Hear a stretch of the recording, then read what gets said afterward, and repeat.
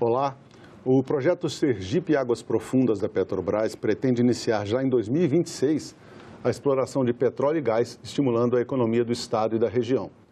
A retomada de obras e programas federais é outro eixo a incentivar a recuperação econômica sergipana.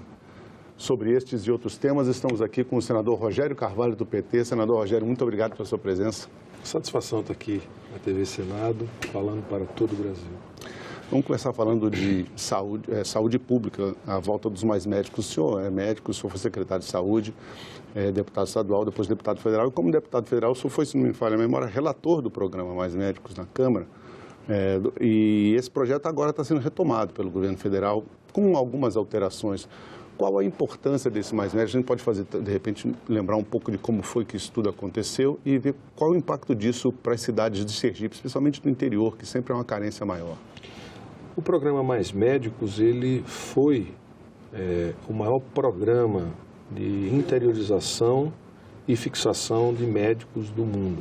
Nós chegamos a contratar no Brasil mais de 18 mil médicos e levar médicos para a cidade que nunca tinham tido um médico residente ou trabalhando nessa cidade. Mais de 1.000 cidades brasileiras não tinham médicos.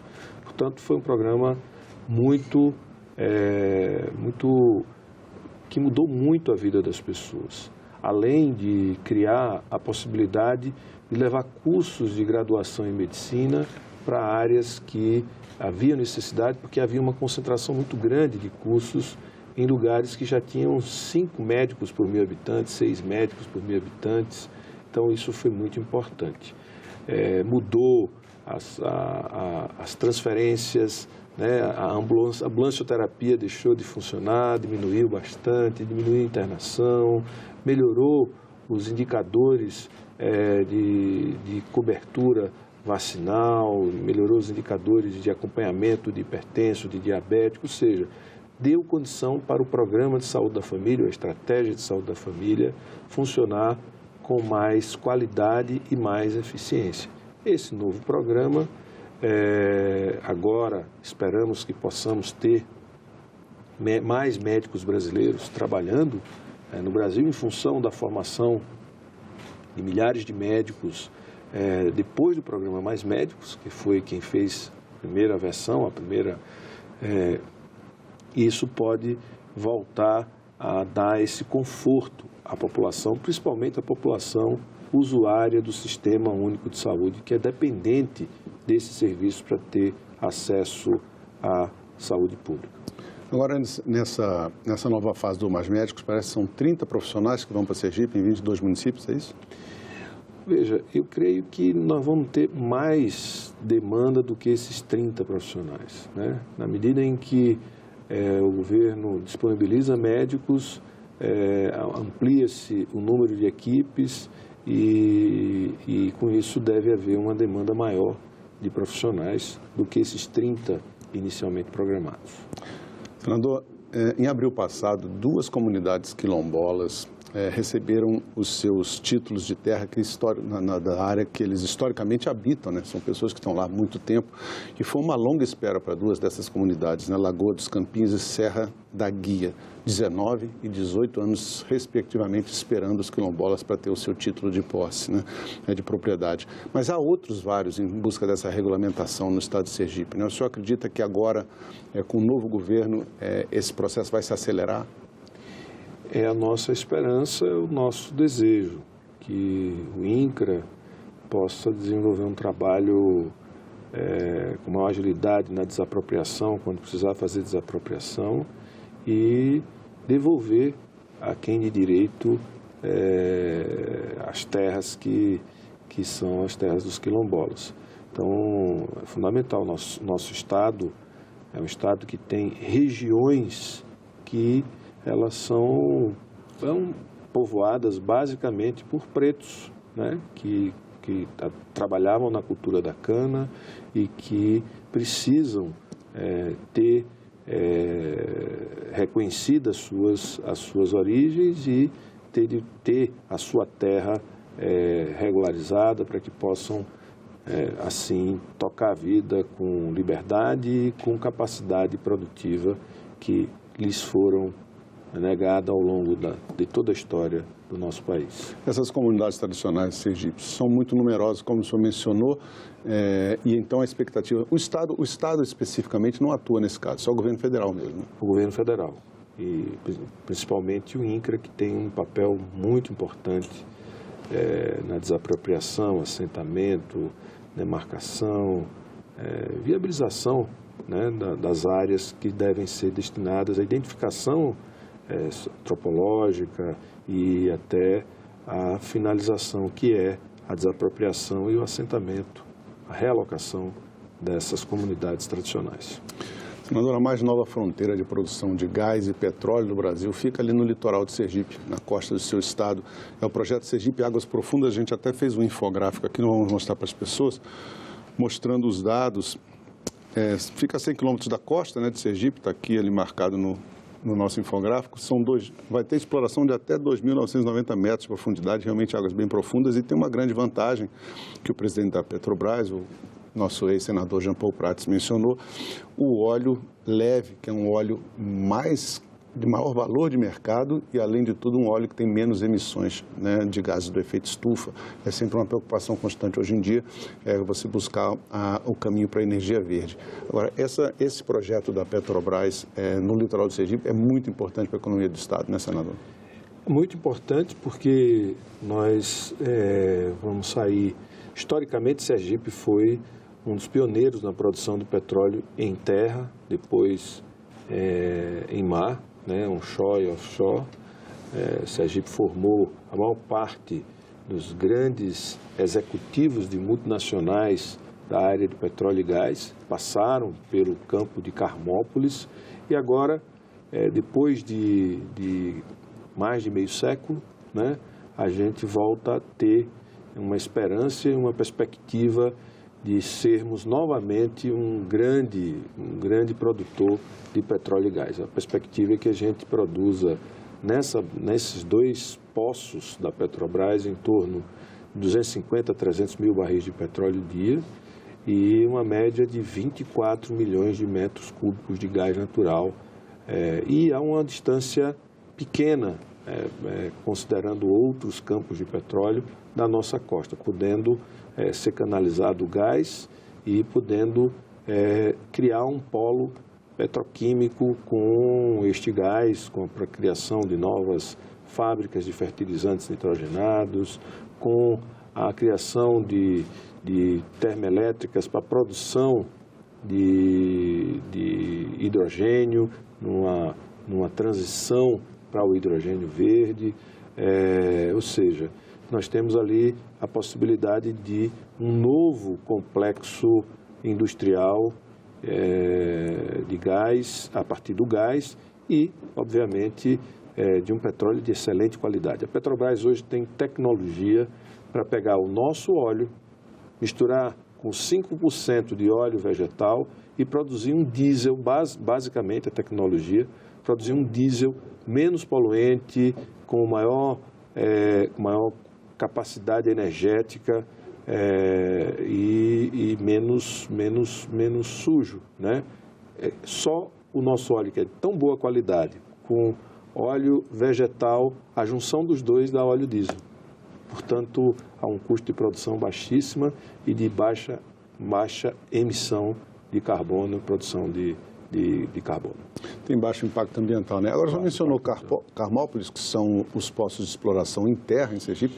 Também esse setor está sendo reativado agora nos últimos anos aqui, né? Então ainda está em fase inicial de retomada. Infelizmente, esse período, a Petrobras fez a opção de invernar para depois vender. Deveriam ter vendido esses poços ainda em produção, para não deixar sucatear os equipamentos, para poder ter poder arrecadar um valor maior pela privatização, pela transferência para o setor privado. De fato, a Petrobras tinha que priorizar a produção de petróleo e gás em águas ultraprofundas, não é o pré-sal, é o pós-sal, é antes, é em cima do pré-sal. Então, teria que ter um foco. Mas não deveria ter deixado sucatear, né, o nosso campo de Carmópolis e hibernar esse campo, o que foi uma tragédia para a economia de toda a região, que envolve 15, 16 cidades. O senhor mencionou a questão das empresas públicas no Brasil, vamos falar um pouco sobre isso. O governo Lula assumiu e tem uma postura, obviamente, diferente dos seus dois antecessores no que diz respeito a empresas públicas, privatizações, parcerias público-privadas. Os governos de Michel Temer e Jair Bolsonaro investiram muito nessas privatizações, né, nessas concessões, e o governo Lula recentemente, inclusive, retirou diversas empresas do rol de privatizáveis, né, como, por exemplo, os Correios, né. O senhor, naturalmente, sendo do partido, concorda com essa posição, mas no governo de Sergipe tem algumas informações em sentido contrário. Foi aprovada na Assembleia Legislativa uma lei criando um programa de parcerias estratégicas que, para atrair a iniciativa privada, o senhor não concorda muito com essa postura, né? Veja, eu tive o ano passado na Feira de Óleo e Gás de Houston. Por incrível que pareça, o maior porto dos Estados Unidos, ele é público. Isso não impede dele ser uma potência, ter 500 milhões de barris de petróleo estocados ali, ter 200 terminais privados, né? Mas a gestão do condomínio, ela é pública. Então, a gente não deve tomar como uma questão ideológica privatizar ou não. A gente deve privatizar aquilo que não faz sentido ser comandado pelo Estado, porque o mercado já regula aquela atividade, porque o próprio mercado já é capaz de oferecer e estar presente naquele segmento da economia sem precisar o Estado fazer investimento. Mas veja, na área de abastecimento de água, num estado pequeno como Sergipe, se o Estado não for o grande condutor de um programa de abastecimento de água e coleta e tratamento de esgoto, com certeza nós vamos atrasar o processo de universalização de água tratada e coleta e tratamento de esgoto. Assim como no momento em que o estado de Sergipe se transforma num grande produtor, ou vai se transformar num grande produtor de gás, abrir mão neste momento da sua participação na empresa de gás do Estado é abrir mão de algo que vai valer muito mais dinheiro e que vai tirar dos sergipanos uma riqueza fora de hora. É um mau negócio. É um mau negócio, né? Assim como transferir determinados, por exemplo, atenção primária à saúde no Brasil, ela é barata e a saúde no Brasil é barata porque ela tem uma atenção primária feita pelo setor público, por incrível que pareça, certo? Porque ela não é autogeradora como o setor privado é. Então, determinadas áreas é preciso que a gente analise, não com olhar ideológico, não baseado numa ideologia, mas no papel que o Estado precisa ter para garantir a melhor prestação de serviço, ao melhor custo, para que o Estado possa definir quais são as suas prioridades de acordo com a necessidade da população brasileira, e isso deixa de ser uma questão ideológica e mais de atender o interesse público. Essa nova postura do governo federal, inclusive com o novo arcabouço fiscal, vai ter mais dinheiro para investimento público?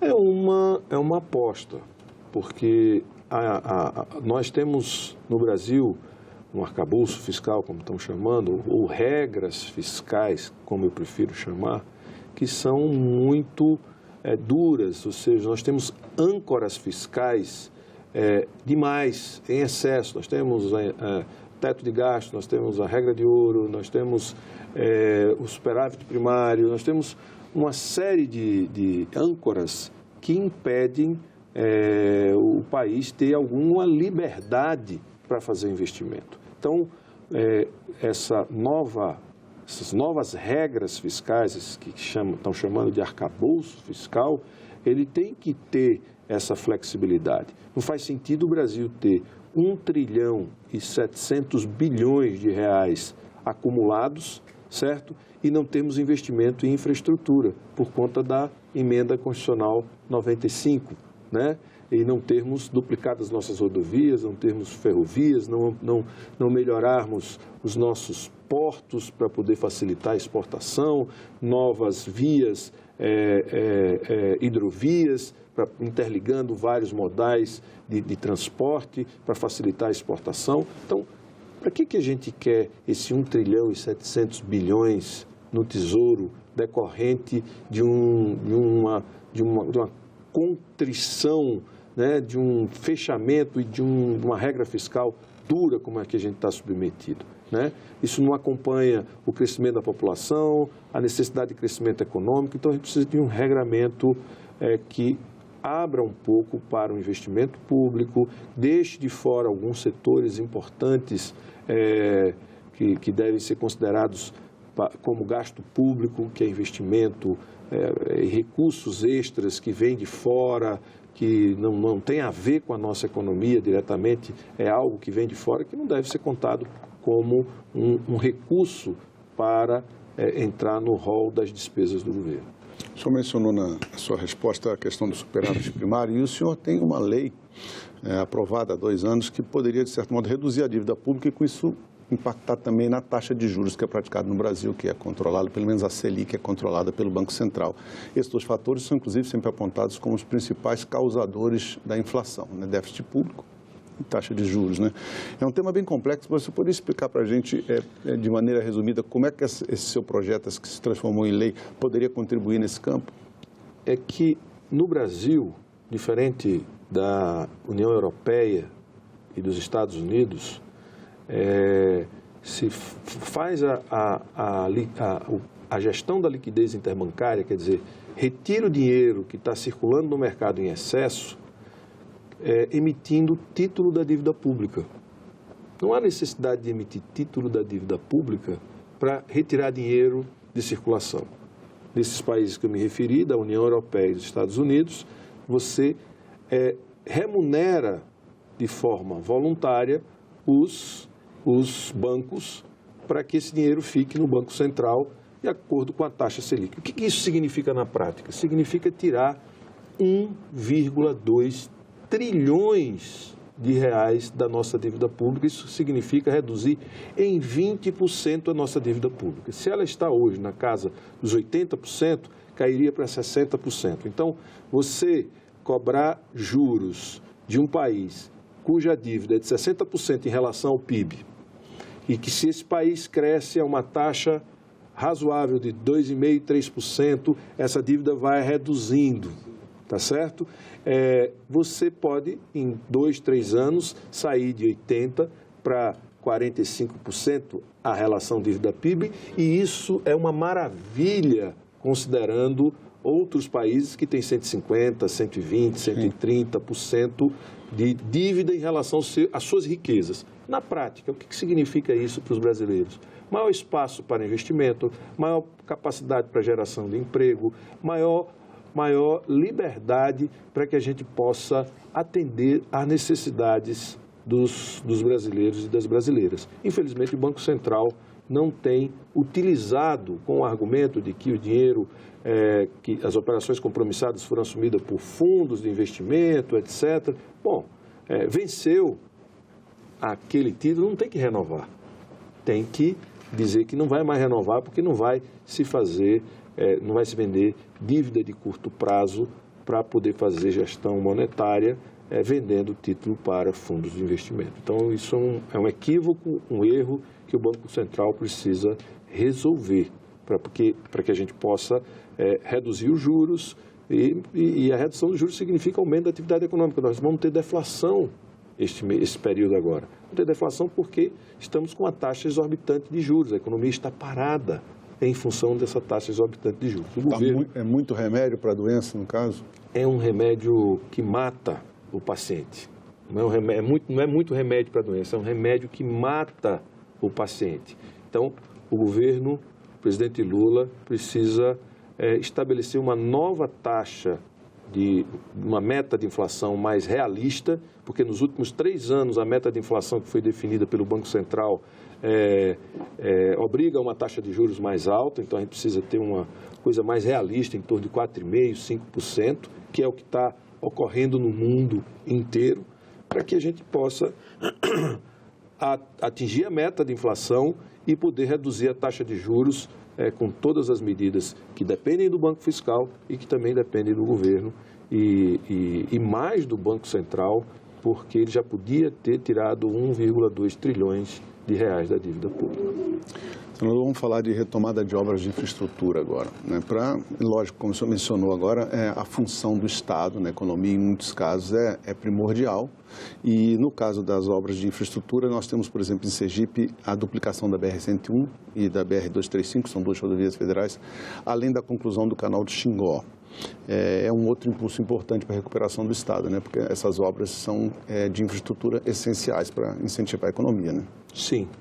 A BR-101, ela cruza o estado de norte a sul, né? E é um atraso enorme a duplicação dessa BR. Ela não é importante só para Sergipe, ela é importante para o Brasil, né? A duplicação dela inteira. Eu não consigo conceber uma rodovia que liga do Rio Grande do Norte ao Rio Grande do Sul não está 100% duplicada. Eu acho que esse é um problema de infraestrutura do Brasil que precisa ter solução imediata. Então, essa é uma obra importante. A 235 é muito importante porque liga a Juazeiro, a Petrolina, reduzindo em quase 400 quilômetros a distância daquelas cidades, daquele polo produtivo a um porto, quase 400 quilômetros em relação a Recife, que é a capital de Petrolina, e a Salvador também é mais de 300 quilômetros. Então, é uma rodovia muito importante e tem um trecho que está sobrecarregado, que é um trecho de 60 quilômetros aproximadamente, que deve ser duplicado, assim como uma rodovia estadual que liga a cidade de Lagarto, a BR-101, que também é fundamental a sua duplicação, e Sergipe passa a ter uma infraestrutura rodoviária que atende à sua demanda de crescimento econômico e populacional. Xingó. O canal de Xingó, ele tem um papel fundamental para garantir o abastecimento de água no sertão e principalmente parte do agreste sergipano. Então, assim como já foi feito o canal para Alagoas, é preciso fazer o canal que pega parte da Bahia e parte de Sergipe do Rio São Francisco. Agora, tem outros projetos que nós também reportamos como importante. Além do canal de Xingó, é preciso que a gente faça a represa sobre o rio Vaza-Barris, que é um grande cânion para aumentar a área irrigável e a área de produção de produtos orgânicos e a gente aumentar bastante a capacidade de transformação. Porque, veja, a gente é um grande produtor de milho, mas a gente precisa de água para a produção de leite, a gente precisa de água para a produção de ter granja suína em grande quantidade, precisa de água para a produção de frango, a gente precisa de água para transformar o milho que nós produzimos em proteína animal, que há uma demanda crescente de 15% no mercado internacional e que o Brasil pode ser um grande fornecedor. Vamos falar de redes sociais e radicalização política. Né? O Congresso Nacional instalou uma comissão parlamentar mista de inquérito para investigar os eventos, os tristes, os lamentáveis eventos de 8 de janeiro. E, ao mesmo tempo, a gente tem na Câmara dos Deputados uma discussão sobre a aprovação de um projeto para a regulação das mídias sociais e para a criminalização das fake news. Isso teve um impacto muito grande em todo o processo político eleitoral nos anos recentes no Brasil, não só no Brasil, verdade seja dita, mas no Brasil com mais ênfase. O senhor realmente vê uma relação de causa e efeito aí entre essa radicalização política que tem permeado as redes sociais e os acontecimentos de janeiro? Sim. Na verdade, os acontecimentos de janeiro têm a ver com uma postura de um governo que sempre estimulou o desrespeito às instituições, que estimulou o desrespeito à democracia, então não é um processo isolado. Você vem numa crescente de agressão à democracia e às instituições democráticas. Insinuou que as urnas eletrônicas eram fraudáveis, ou seja, vulneráveis e poderia ser fraudada a eleição por conta do uso das urnas eletrônicas, que o próprio candidato já tinha sido eleito 5, 6 vezes por essas urnas eletrônicas e nunca questionou. Então, vem num processo para poder justificar a manutenção de um determinado grupo no poder, ou seja, rompendo com essa construção nova, recente, jovem da nossa democracia. Então, o 8 de janeiro é o desfecho, né? Macabro, um desfecho antidemocrático, agressivo, terrorista. Todos os adjetivos cabem para aqueles atos que depredaram aquilo que é a imagem institucional do Brasil para o mundo e para os brasileiros. STF, Palácio do Planalto, Congresso Nacional, né? Aqui na esplanada dos ministérios em Brasília, aqui no Planalto Central, isso foi uma agressão muito grande e, portanto, justifica, sim, esse projeto das fake news, né? Muita fake news foi utilizada para justificar e para criar narrativas para insuflar a sociedade, insuflar parte da sociedade. Eu mesmo fui vítima, num processo eleitoral, de muita fake news e tenho certeza não fossem as fake news, o resultado das eleições de 2022 no meu estado teria sido o que a população esperava, que era a minha vitória. Mas agora é hora da gente tratar do tema. Eu sinto porque poderíamos já ter criminalizado as fake news com a derrubada do veto do Bolsonaro à lei do Estado Democrático de Direito, que eu fui o relator, né? E deixaríamos para a lei somente o debate sobre a regulação das big techs, cobrança de imposto, etc. A regulação deste segmento, eu acho que passaria com mais facilidade. Senador Rogério, muito obrigado pela sua presença no nosso programa. Eu que agradeço, uma satisfação falar para a TV Senado e para todo o Brasil. Agradeço você também que nos acompanhou. Lembrando que essa entrevista já está disponível para você rever ou compartilhar no nosso site, senado.leg.br/TV, no nosso canal do YouTube ou em podcast nas principais plataformas de áudio. Obrigado pela companhia. Até o próximo Assunto de Estado.